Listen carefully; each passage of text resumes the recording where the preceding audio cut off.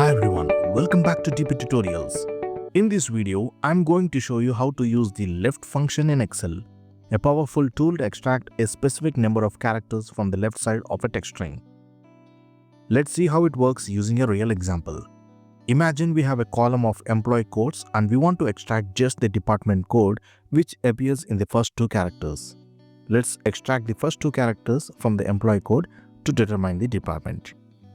Click on cell G9 and enter the formula equals to left open the parenthesis, select E9, 2, close the parenthesis.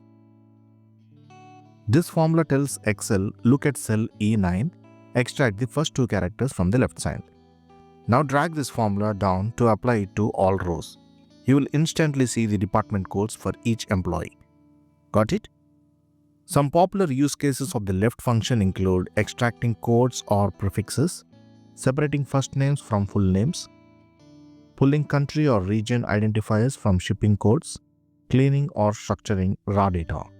And that's how simple it is to master the left function in Excel. If you found this useful, don't forget to like, share and subscribe to dptutorials. Drop a comment below if you want any specific topic to be covered in the next videos. Thank you friends, thanks for watching.